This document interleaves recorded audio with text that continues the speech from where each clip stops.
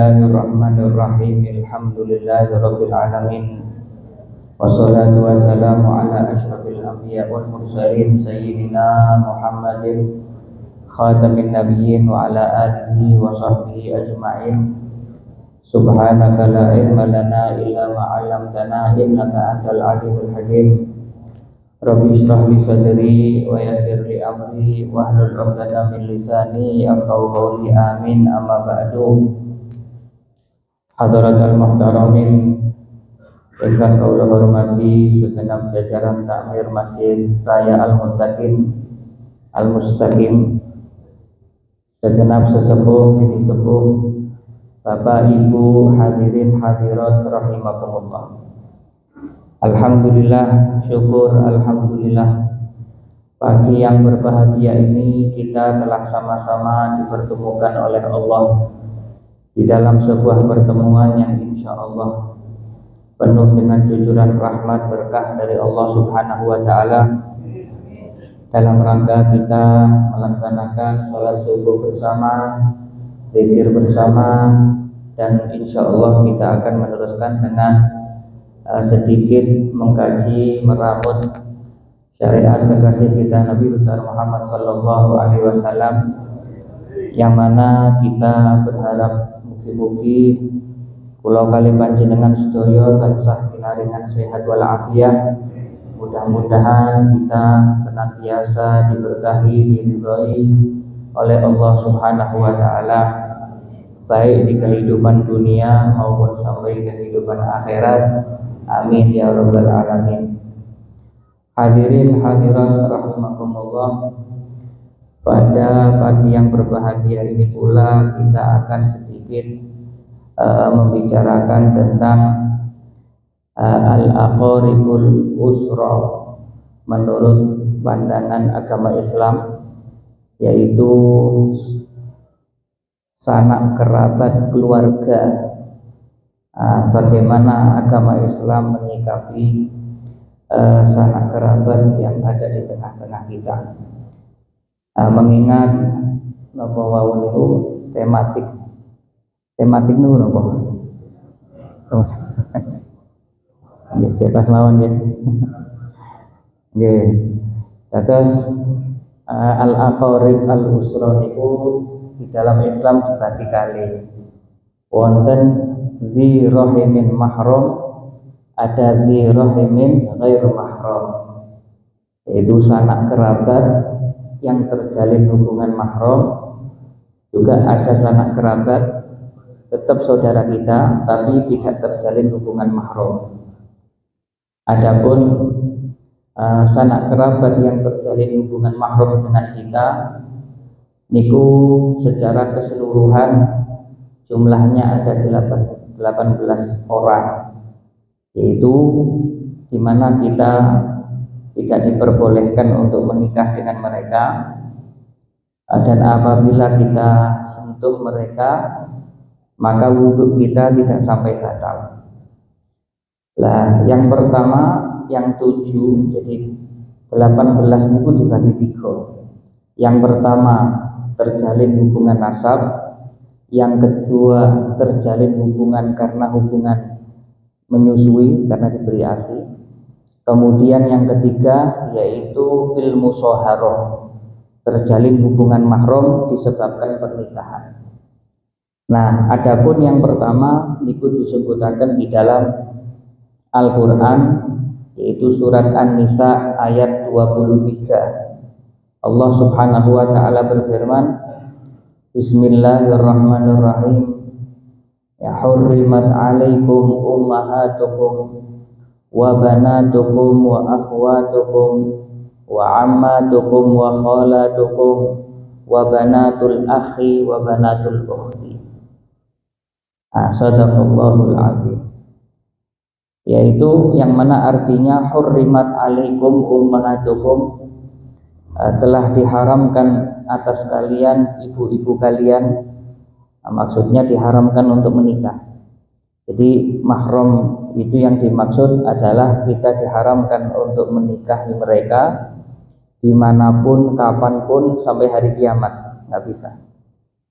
Dan apabila kita sentuh mereka, maka wudhu kita tidak batal. Yang pertama, Allah berfirman, hurrimat alaikum ummahatukum. Nah, sing nomor setunggal adalah ibu kita. Ibu kita atau wanita yang melahirkan ibu kita. Napa niku? Nenek. Atau ibunya nenek. Atau neneknya nenek. Atau ibu neneknya nenek. Atau nenek neneknya nenek. Napa? Nggih. Gampangannya ibu kita dan seterusnya ke atas. Niku sedanten adalah mahram kita. Nah, niku sing nomor setunggal. Jadi mulai ibu, nenek, buyut dan seterusnya ke atas. Kita si urip.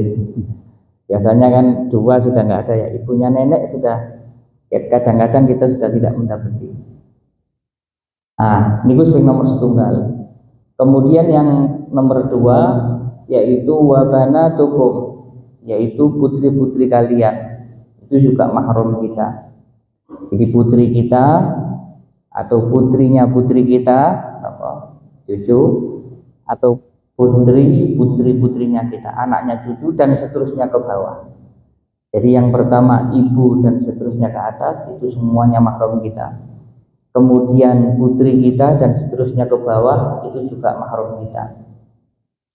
Kemudian yang nomor 3 adalah wa akhwatukum, yaitu saudari-saudari kalian, saudara kandung atau saudara seayah atau saudara seibu, itu mahram kita. Jadi saudara kandung itu bapak sama ibunya sama. Kalau saudara seayah, ayahnya sama, ibunya beda. Nah, itu saudara seayah. Atau saudara seibu, ibunya sama, ayahnya beda. Nah, ini semuanya saudari-saudari kita, mereka semuanya adalah mahram kita. Itu sing nomor 3 nih. Kemudian yang nomor 4 adalah wa ammatukum, itu bibi kalian dari pihak ayah, itu namanya ammah. Bude atau bule saudaranya ayah, itu semuanya mahram kita. Yang nomor 5 wa kholatukum. Kholah itu bibi dari pihak ibu. Bude, bule, saudarinya ibu kita, itu mahram. Itu yang kelima. Kan ada 7 ya. Kemudian yang ke-6 yaitu wabanatul akhi, putrinya saudara laki-laki kita. Napa niku? Ponaan. Dan yang nomor 7 yang terakhir wabanatul ukhti, ya putrinya saudari kita. Napa niku? Ponaan. Ya, ponaan dari saudara laki-laki kita atau ponaan dari saudari perempuan kita. Nah, 7 wanita ini dinamakan muharramatun alat ta'bidi bin nasab, mahram untuk selama-lamanya karena terjalin hubungan nasab. Ini 7. Nah, kemudian ada lagi 7 lagi, muharramatun alat ta'bidi birradha. Jadi wanita-wanita mahram kita untuk selama-lamanya disebabkan hubungan rodha. Rodha niku sesusuan. Ngapunten, wonten tiyang ada bayi, ibunya nggak ada asinya, nggak punya asi, terus dititipno bayi itu tadi, dititipkan kan harus nyusu bayi, dititipkan ke tetangganya seumpama sahabatnya, anu Mbak Yu sampean asinya lagi ada, titip bayi saya ya, seumpama disusukan. Nah, maka si bayi tadi itu terjalin hubungan mahram dengan ibu yang menyusui. Nah, namanya muharramatun birradha, muharramatun ala ta'bid birradha, yaitu mahram untuk selama-lamanya disebabkan karena hubungan susu. Itu jumlahnya pinten? Jumlahnya juga sama, 7. Sama persis dengan nasab tadi. Nasab tadi kan 7. Dari segi susuan jumlahnya juga 7 disebutkan di dalam hadis, yaitu al-ummu, ibu sesusuan, al-bintu, ya, putri sesusuan, kemudian al-ukhtu, itu saudari sesusuan. Begitu semua jumlahnya juga 7. Berarti 7 tambah 7 pindah 14. Tak kurang 4 lagi. Yang ketiga, niku yaitu muharramatun ala ta'bidi bil musaharah. Nah, terjalin hubungan mahram untuk selama-lamanya disebabkan karena pernikahan. Dulunya bukan mahram, gara-gara nikah jadi mahram. Jumlahnya ada berapa? Ada 4. Yang nomor setunggal adalah zaujatul abi, istrinya bapak. Itu mahram kita. Istrinya bapak, kalau di Indonesia itu istilahnya ibu tiri. Ibu tiri, jadi bapak kita menikah lagi, ibu tiri ya. Nah, ibu tiri itu mahram, ini mahram. Jadi kalau kita salaman sama ibu tiri itu ya nggak batal wudunya. Ya, mau ke masjid ngoten nggih Bu, kula berangkat riyen salaman. Terus nang masjid, wudunya batal? Enggak batal. Karena ibu tiri itu mahram. Ya. Bahkan nggih ngapunten kalau sama bapaknya dicerai, itu tetap mahram kita, tak boleh dinikahi sama anaknya. Ya, itu untuk selama-lamanya ibu tiri. Kemudian yang kedua adalah zaujatul ibni, istrinya anak laki-laki. Napa niku? Mantu. Nah, kita punya anak laki-laki, terus istrinya mantu kita itu juga mahram. Ngapunten kalau mama sama anaknya dicerai ngoten nggih, nggak bisa si mertua ini menikahi anak. Karena apa? Karena sudah terjalin hubungan mahram. Kemudian yang nomor 3, kan hanya 4. Yang nomor 3 dia menikah ummu zaujah. Nah, ummu zaujah itu ibunya istri. Nah, bahasa kita nama mertua. Nah, mertua itu juga mahram kita. Dan yang terakhir adalah bintu zaujah, putrinya istri.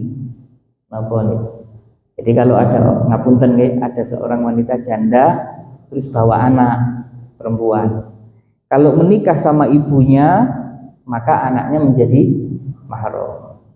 Hanya saja bedanya ngeten, yang 3 yaitu istrinya bapak ibu tiri, istrinya anak laki-laki mantu, ibunya istri mertua.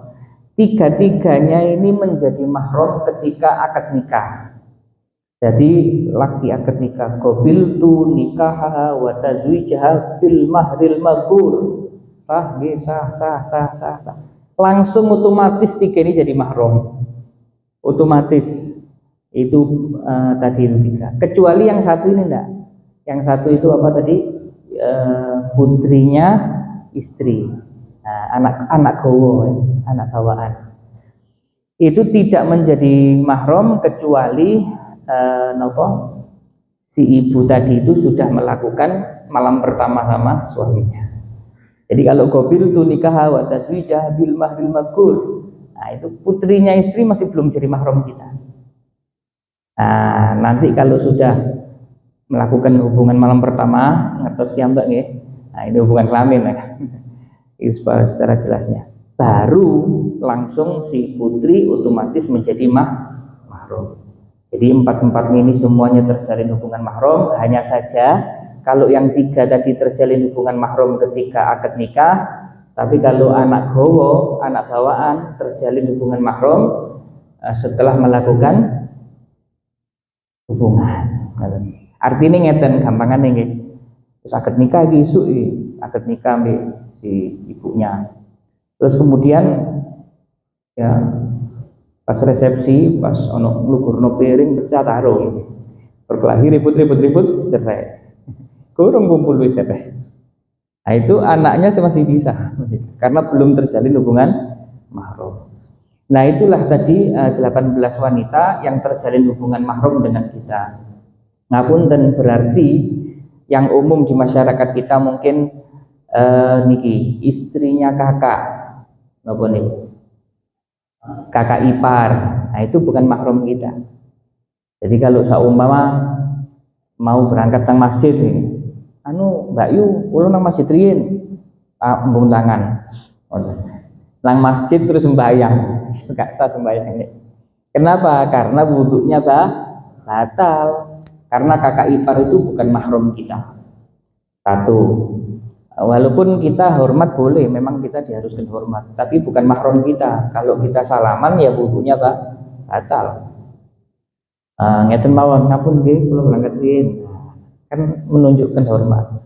Tidak apa-apa. Kalau salaman batal wudunya. Terus kemudian lagi nopo istrinya paman. Istrinya paman. Biasanya kan ketemu salaman. Oh, Bude. Padahal dia istrinya paman kita. Mahram atau bukan? Bukan mahram. Jadi kalau kita salaman sama istrinya paman, wudunya batal. Nah, ini penting. Wudunya batal. Jadi kita nggak boleh salaman sama ibunya. Nggih ngapunten. Karena apa? Karena istrinya paman masuk nggak di 18 tadi? Nggak masuk. Kakak ipar masuk di 18? Nggak masuk. Jadi yang mahram kita hanya 18 wanita ini. Jadi andai kata nggih ngapunten, ada istrinya kakak, terus jadi cerai. Saya tidak membahas hukum pantas gak pantas ya. Saya bahas fikihnya. Istrinya kakak, naudzubillah min dzalik, terjadi perceraian. Kira-kira boleh nggak si adik ini menikah dengan istrinya kakak tadi? Boleh. Kenapa? Karena bukan mahram. Atau saumpama nggih, istrinya paman terjadi perceraian saumpama. Nah, kemudian rabi mbek ponakan iki mah istrinya paman ya. Jadi paman kandung kita punya istri. Terus naudzubillah min dzalik terjadi perceraian. Menikah boleh atau tidak? Boleh. Karena itu bukan hubungan mahram. Nah, itulah pembagian yang pertama adalah di rahimin mahram. Jadi secara garis besar al-aqriba itu kalau al-aqribul usra namanya. Sanak kerabat keluarga niku ada dibagi dua, ada yang terjalin hubungan mahram yaitu wanita-wanita yang tidak boleh kita nikahi dimanapun kapanpun, dan kalau kita sentuh nggak batal wudunya. Kemudian bagian yang kedua adalah saudara kita, tetap kita wajib melakukan mereka dengan baik, ya, hubungan dulur tetap, tapi tidak terjalin hubungan mahram. Saumpama nggih prihatin niki maling ini riyo sonjo kan, di Indonesia kan gitu. Saling balas silaturahmi ya.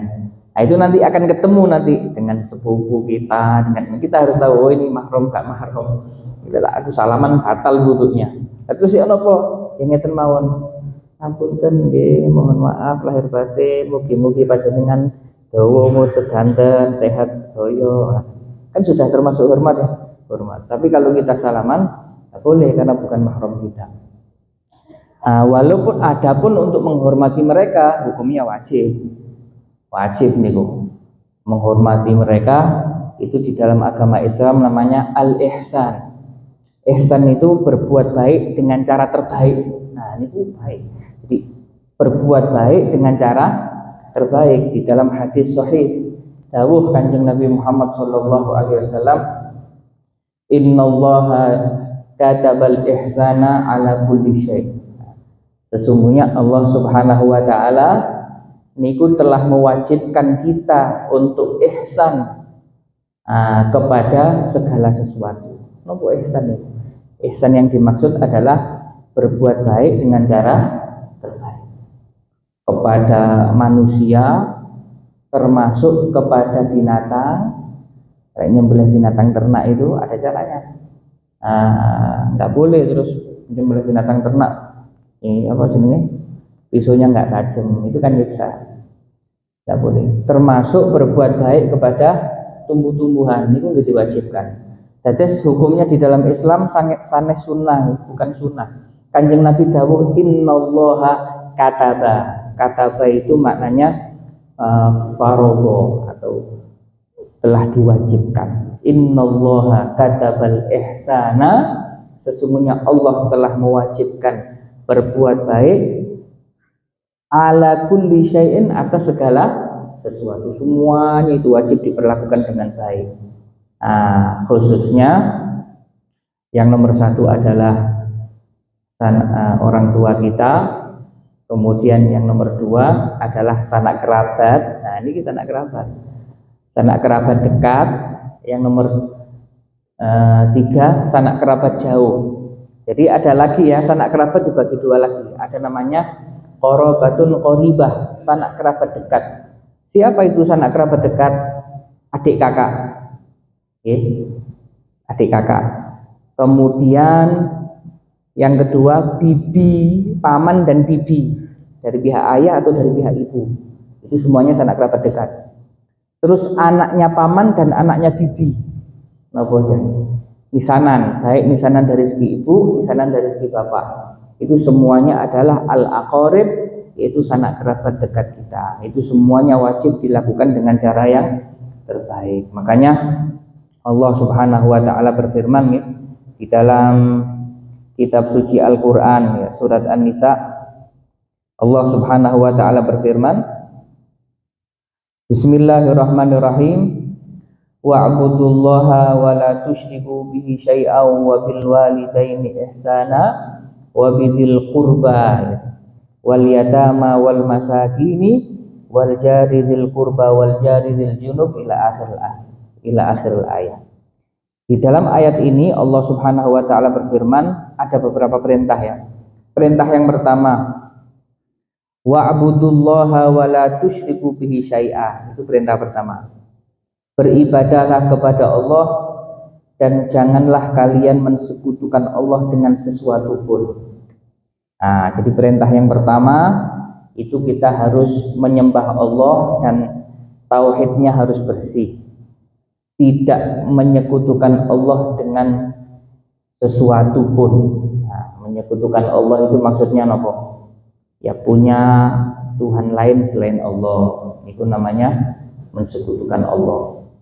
Atau apunten ya, meyakini ada yang bisa memberi rezeki selain Allah. Itu namanya menyekutukan. Membuat tandingan, buat tandingan. Jadi ya Allah memberi rezeki, tapi itu yang memberi rezeki bisa. Itu namanya musyrik, kalau bahasa agamanya namanya musyrik. Atau secara garis besar gitu. Meyakini ada yang bisa memberi manfaat di dunia ini selain izin Allah, atau meyakini ada yang bisa memberikan madarat di dunia ini dengan selain seizin Allah. Ini menyekutukan Allah. Jadi kalau kita di dalam Islam itu kekasih kita Nabi besar Muhammad SAW itu mengajarkan kepada kita bahwasanya tidak ada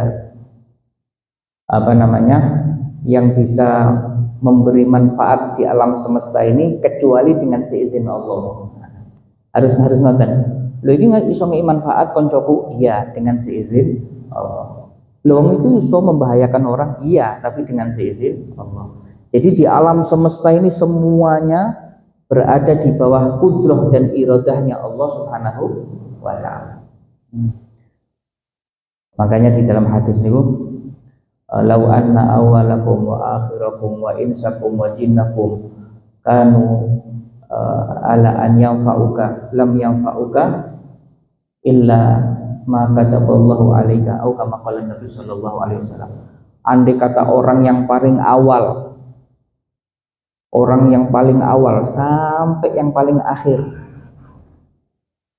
baik dari kalangan manusia maupun manusia jin. Jadi menungso dari zamannya Nabi Adam sampai hari kiamat, jin dari zamannya Nabi Adam sampai hari kiamat, semuanya kumpul dari siji dalam hadis ini, mau memberi kita manfaat, tapi kalau Allah nggak ngizinkan maka manfaat itu akan nyampe.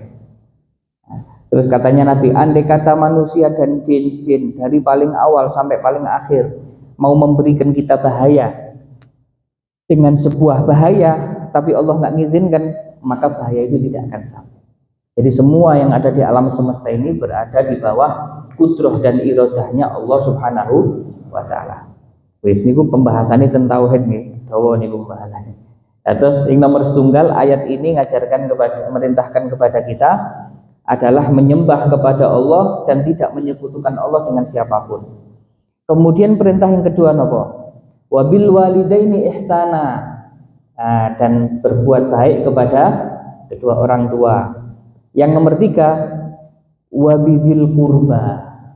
Berbuat baik kepada sanak kerabat yang kita bahas tadi itu. Baru nanti yang lainnya, wal yatama wal masakin wal jari dzil qurba sampai akhirnya. Terus ono urut-urutane. Kita wajib berbuat baik kepada semua orang. Tapi yang nomor satu adalah orang tua.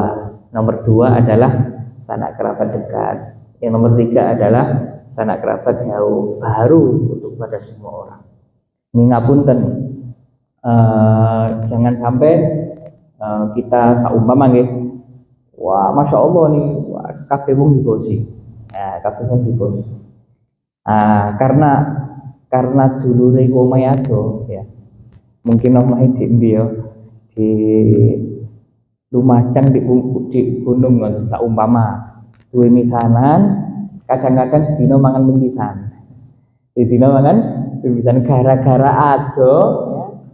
Gara-gara ado akhirnya dilalekno. Padahal itu kalau Gusti Allah di dalam Al-Quran ditekankan untuk kita melakukan ihsan kepada mereka. Terus pundi kula supe, ya ambil kertas, ambil pulpen, ngopi tak gelas ya, ngopi. Biasanya ngopi lak moro cerdas ngoten. Ngopi dipikir sopo sedulurku iki. Yo ono sedulur ono catet. Oh, duwe catetane eling insyaallah oleh ngono. Jadi saudara-saudara kita itu semuanya mereka wajib mendapatkan ihsan dari kita. Ini seakan ya lek tirose ulama niku ada 3 tingkatan. Yang pertama adalah ziyaratuhum. Yang kedua wassadaqatu alaihim. Yang ketiga wal khidmatu lahum. Jadi ono tingkatane ngapunten. Yang pertama ziyaratuhum. Sing pertama ziarah sih. Sing penting ketemu sih. Ketemu di sini. Lah ketika ketemu baru lirik-lirik delok omahe. Kok ngene keadaannya, karo aku rek ngene keadaan. Setelah ziarah tahu. Setelah ziarah napa maneh ngobrol sak jam, ngobrol 2 jam baru akan tahu. Kok sak ngapunten di omah kan apa-apa, mek banyu putih tok, mek kurma. Ngapunten kan subuhan. Oh, berarti keadaannya. Nah, kan bisa dibaca itu. Setelah ziarah baru kita bisa baca. Pada ngono metu toko omah, tuku sembako, tuku beras, tuku minyak, tuku napa gula. Niki ngapunten.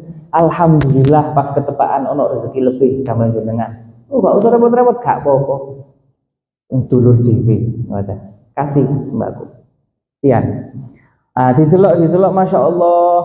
Setelah ziarah kok Masya Allah subuhane niki dilihat dari segi ya napa istilahnya sembakone wis kena wis mapan. Tapi didelok omah kok bocor kabeh. Gentenge bocor iki bocor. Aku duwe kanca iki tukang talang tak gonang kene yo. Terus gak usah repot-repot, gak apa-apa. Ada tukang talang. Itu tingkatan kedua. Tingkat yang pertama ziarah di sini. Setelah ziarah dibaca masuk ke tingkatan yang kedua wassadaqatu alaihim. Itu loh sembako Masya Allah omahe wis kena kabeh. Tapi kok delok anake klambine kok suwek kabeh. Ya itu kok no klambi. Tapi kadang-kadang zaman saiki model ya suwek ya. Klambi api-api disuweki saiki. Ya suwek. Ya itu pokoknya kondisional saja. Jadi kita nilai kira-kira apa gitu butuhno dulur kuwi seperti itu. Kalau ternyata dari segi ekonominya alhamdulillah wis cukup, ya kan? Omahe wis cukupan lumayan. Anak-anak wis kena kabeh, modele wis ketoto kabeh. Tapi masuk ketiga, level ketiga itu namanya khidmah. Khidmah itu nolong. Ngeten, aku diurusan di kono guru mari, aku kate hubungi wong kono gak ada waktu. Wis kene wis tak hubungno ketepaan kate lewat Pasuruan, ngoten. Di khidmah, diewangi. Kalau tiga-tiganya nggak ada ya wes kita level 1 aja udah cukup. Itu sudah masuk ihsan. Jadi ziyaratuhum yaitu menziarahi mereka. Itu sanak kerabat yang kita dianjurkan dan ditekankan oleh Allah Subhanahu wa taala dan kekasih kita Nabi besar Muhammad sallallahu alaihi wasallam untuk kita memperhatikan keadaan mereka. Kadang-kadang nggih ngapunten, Pak. Kita biyen ketemune seenak, sik kenai, tapi ternyata sekarang keadaannya terpuruk. Kan kesian kalau tidak ada mereka yang melirik. Onten asin ya. Aku lo gak nyebut gange, gak enak nanti. Kalau di YouTube itu napa? Bendino niku poso, Pak. Bendino niku poso. Kudu Ramadan iki, bukan Ramadan. Bendino poso. Terus ditangleti kali apa kula. Masya Allah, panjenengan iki Pak Sahar poso terus bendino. Alhamdulillah. Sembeng 5 waktu di masjid. Terus nopo jarene? Nyongko alek jawabane kaya ngene. Lang tiba, kula niki poso gak poso ya padha ae gak mangan. Kula niki lho poso gak gak iso mangan. Ya mending kula poso. Alhamdulillah kadang-kadang lek gak apa-apa ya ngombe banyu ngono. Lek ono tuku puhung di sebelah. Bayangkan di Malang Kota lho. Jadi kesian, memang ketokane mek poso ibadah ternyata memang gak ada yang dimakan. Nah, itu kalau saumpama diparani midulure ya, disambangi midulure kan perlu dulure dulu keadaannya. Nah, baru dibantu seperti itu. Dan ini yang diajarkan memang oleh kekasih kita Nabi besar Muhammad Shallallahu Alaihi Wasallam. Lah itu tadi Al-Quran. Di dalam hadis nih Kanjeng Nabi Muhammad Shallallahu Alaihi Wasallam dawuh, hadis Hasan diriwayatkan oleh Al-Imam Abu Dawud dan Imam Turmudi. Indama su'ilan Nabi Shallallahu Alaihi Wasallam, ketika Nabi ditanya, ya Rasulullah, man abar, wahai Rasulullah, siapakah orang yang paling berat dilakukan dengan baik? Ya. Man abar, siapakah orang yang paling berhak bir itu baik ya, mengibirul walidain, bakti kepada orang tua. Siapakah orang yang paling berhak mendapatkan kebaikan? Yang paling berhak. Kanjeng Nabi dawuh, qala Rasulullah bersabda, ummuka, ibumu. Summa ummuka, kemudian ibumu. Summa ummuka, kemudian ibumu. Summa abaka, kemudian ayahmu. Summal aqrab fal aqrab, kemudian saudara yang lebih dekat, kemudian saudara yang dekat. Hadisun hasanun rawahul Imam Abu Dawud wa Tirmidzi. Nah, coba di sini pertama Kanjeng Nabi dawuh, ini persis yang ditanya ketika Nabi ditanya kejadiannya nopo. Seorang pemuda itu ya Rasulullah, man ahaqqun nas bi husni sahabati. Ya Rasulullah, sinten manusia yang paling berhak mendapatkan kebaikan dari saya? Kanjeng Nabi dawuh nopo? Ibumu, ummuka. Tumaman ya Rasulullah, kemudian siapa Rasulullah? Ibumu juga gitu. Kejadiannya hampir sama. 3 kali Kanjeng Nabi dawuh napa? Ibu, ayah, terus anak kerabat.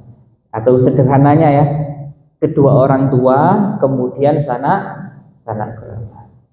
Nah, jadi napa jenenge? Itu memang yang diajarkan oleh kekasih kita Nabi besar Muhammad sallallahu alaihi wasallam. Singen niku nanti kejadian di Madinah, seorang pemuda namanya itu Abu Tolhah. Abu Tolhah ini Kanjeng Nabi senang wong iki baru masuk Islam, dia saudagar kaya. Namanya Abu Tolhah. Kanjeng Nabi suka. Kenapa? Karena wong itu bantu nulungan. Suka nulung. Jadi sahabat-sahabat sing gak duwe utang ditutup ke kabeh. Sing gak iso mangan banyak bantulah. Namanya Abu Tolhah.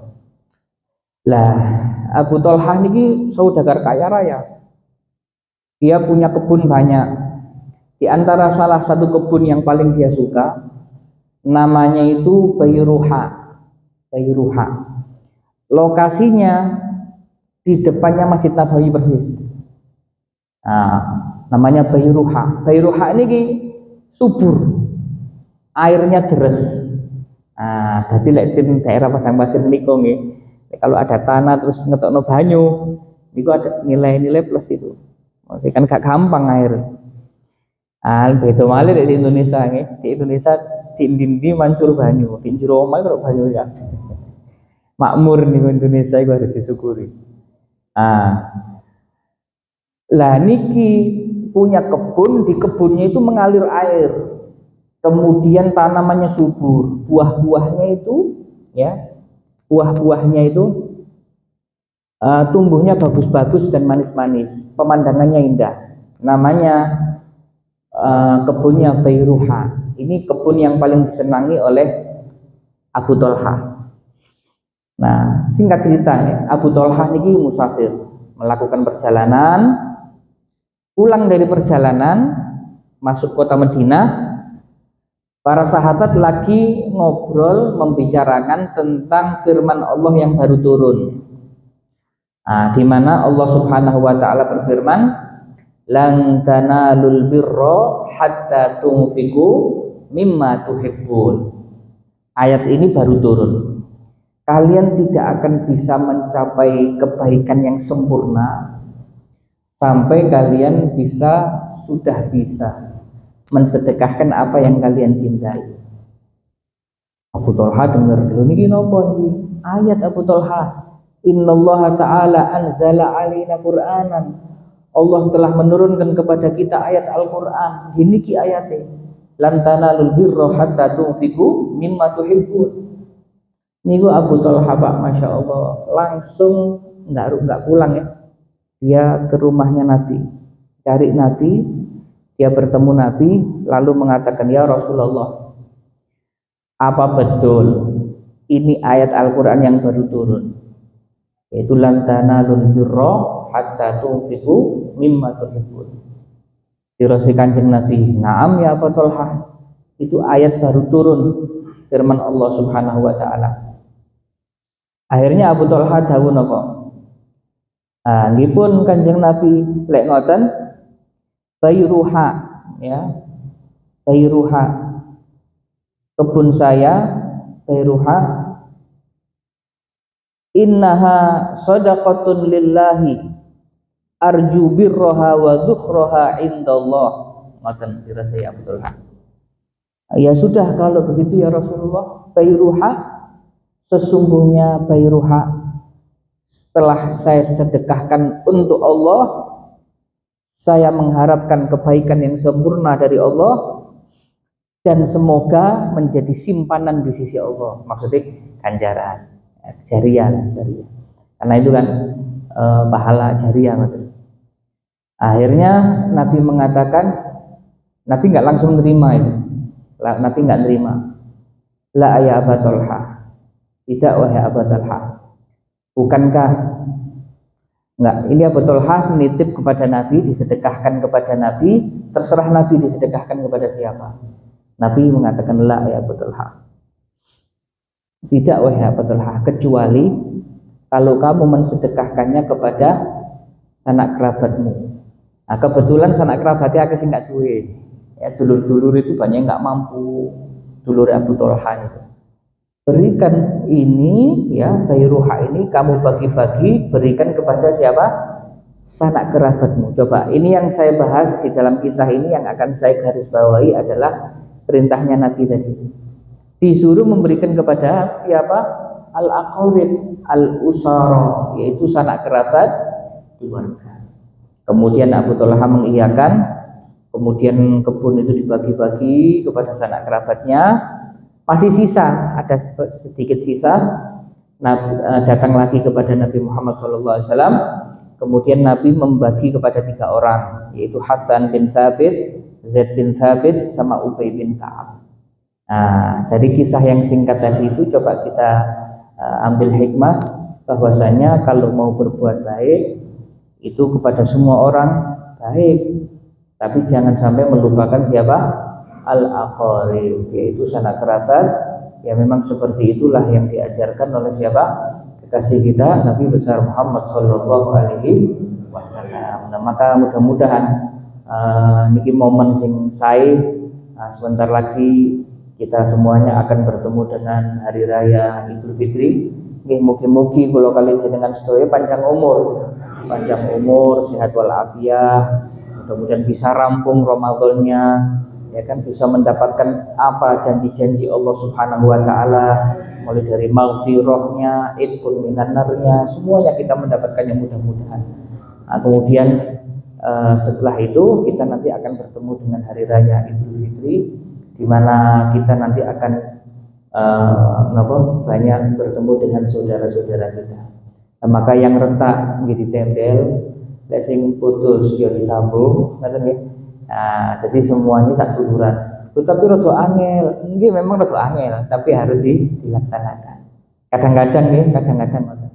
Lalu ngampun wonten tiyang itu gara-gara masalah kecil gak nyopoi 10 tahun lebih.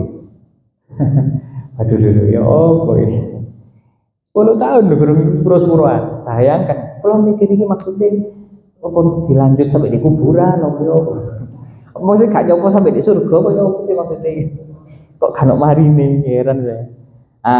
Mek lu angel memang angel karena itu apa jenenge ngapunten setan ini kan duwe jurus macam-macam dia punya jurus macam-macam. Salah satu jurusnya itu adalah memecahkan hubungan persaudaraan. Sampai ada ceritanya itu ya, ada si setan lapor ke bapak ini, wah aku rusak sak kampung apa jadi bapak ini, good bagus. Oh iya ada lagi satu kampung saya rusak jadi rusak, bagus. Ketika yang ketiga, saya telah berhasil memecahkan hubungan suami istri, saya berhasil memecah hubungan bersaudara. Itu bukan good dok. Bapak yang ngatik di mahkota. Mecahkan. Makanya kanjeng Nabi dahulu apa? Inna syaitana qad aisa an ya'budahul musallun. Setan itu putus asa. Kate musyrikkan orang-orang yang ahli sholat. Wong lek ahli sholat 5 waktu ini masjid sembayangi jangkep terus angel di musyrik. Nabi sing dawuh, bukan saya. Inna syaitana qad aisa an ya'budahul musallun. Sesungguhnya setan itu wis putus asa. Kate menyirikkan orang-orang yang ahli sholat. Menyirikkan orang yang ahli sholat. Walakinna fit tahrishi bainahum. Tapi setan tidak pernah putus asa menabur benih perselisihan di tengah-tengah mereka. Coba kita lihat. Ini hadis sahih ini. Soalnya setan itu lagi musuhan-musuhan kok banyak pemberian-pemberian yang lewat. Nah, dari Allah Subhanahu wa taala. Nah, maka dari itu memang harus kuat-kuatan be setan ini. Setan betul ndablek masalah. Ndablek setan niku kok gak berhasil saiki teko maneh meneh. Kemudian gak berhasil teko maneh ben. Ya, makanya sampai Gusti Allah dawuh napa aduwum mubin, musuhnya manusia ya adalah setan. Musuh buyutannya manusia adalah setan. Ya, setan itu sumpah. Setan itu sumpah akan menjadi musuhnya manusia. Ya apa carane menungso niki gak ibadah. Iku, ya apa carane menungso gak ibadah. Lek gak berhasil, menungso tetap ibadah saja. Ya apa carane ganjarane ilang. Ini gue setan. Nah, mari ini hati-hati, lek Syawal ziarah-ziarah jangan plus gosip-gosip ya. Eman Ramadan ya, orang Ramadan sebenarnya. Lu itu jarene ini. Mudah-mudahan dapat hidayah. Bahaya. Ya soalnya suka usah ngomongi wong. Nah, karena ngomongi wong itu juga bisa ngilangno ganjaran. Eman. Terus ibadah soro-soro ini kok ganjaran ini gede kan. Ramadan mana? Ini majelis taklim. Wallah. Eman kalau dihilangkan begitu. Lah itulah tadi pembahasan kita pada pagi hari ini. Jadi intinya adalah al-aqrib, yaitu sanak kerabat kita. Jangan sampai kita lupakan mereka. Kita jalin terus hubungan baik kita dengan mereka. Lek sing rada-rada retak ya ditempel. Lek sing putus ya disambung. Angel gak apa-apa diusahakno.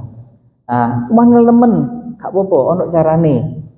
Ada 3 caranya. 1 afsus salam. Ucapin salam, assalamualaikum, sengojon, gak dijawab tak apa-apa, jangan baperin, coba baperin, assalamualaikum. Yang kedua musafahah, jangan salam, assalamualaikum, paling gak dikekno, lu ketemu mana, gak apa-apa, harus dapat di assalamualaikum, ngapunten, gak dikekno, paling kok dikekno ini toh, ini toh, gak apa-apa, gak usah tersinggung jarno ae. Lu ketemu mana jenengan pas teng di tuku suka pecel sama tukang pecel. Assalamualaikum. Udah mau jalan-jalan iling sampean kayak pecel. Yo makasih. Pertama itu dia. Engkau suatu saat dia pas kate turu ketap ketip. Tapi pikir-pikir itu dari masya Allah. Ya. Aku memang sing elek ngono akhirnya. Akhirnya kok dia bales. Jadi baik. Tiga itu salah yuritul mahabbah. Ada tiga itu melahirkan sayang. Assalam, ucapan salam. Apa? Al hadiah, hadiah wal musafah. Tiga itu lah diteter ke satu orang cinta nanti. Al musafah, assalam wal musafahah wal hadiah. Seperti itu. Jadi gak harus hadiah kalau gede-gede enggak, sego pecel atau apa lumpia atau ilinge itu sing larang gitu, ilinge. Nah, itulah tadi pembahasan kita pada pagi hari ini. Mugi-mugi kula kalian jenengan sedaya diparingi kekuatan istiqomah oleh Allah Subhanahu wa taala. Mugi-mugi kula kalian jenengan diparingi pertolongan oleh Allah Subhanahu wa taala sehingga kita semuanya bisa mengikuti apa yang diajarkan oleh kekasih kita Nabi besar Muhammad sallallahu alaihi wasallam, godaman ala godama, sedikit demi sedikit. Monggo sarang-sarang kita raih ridha Allah, kita raih ridha kekasih kita Nabi besar Muhammad sallallahu alaihi wasallam. Harapannya mudah-mudahan kula kalian jenengan sedaya hidupnya ditata oleh Allah Subhanahu wa taala, kehidupan dunia kita, kehidupan akhirat kita mudah-mudahan diparingi bahagia oleh Allah Subhanahu wa taala, sehingga mudah-mudahan sak mantune panjang umur, sehat afiat, nanti pada akhirnya mudah-mudahan kita semuanya diwafatkan dalam keadaan husnul khotimah, masuk ke dalam surga Allah bersama kekasih kita Nabi besar Muhammad sallallahu alaihi wasallam. Ya bunyatin salihah wa ila hadratin Nabi Mustafa Muhammad sallallahu alaihi wasallam. Al-Fatihah. Itulah mungkin dari saya, kurang lebihnya saya mohon maaf, menawi kejawan belum mohon maaf. Mudah-mudahan semuanya menjadi barokah insyaallah, nurun kepada anak cucu kita sampai hari kiamat, amin ya rabbal alamin. Itulah mungkin dari saya, kurang lebihnya saya mohon maaf. Wabillahi taufiq wal hidayah. Wassalamualaikum warahmatullahi wabarakatuh. Allahumma shalli ala Muhammad ya Rabbi shalli alaihi wa sallam. Allahumma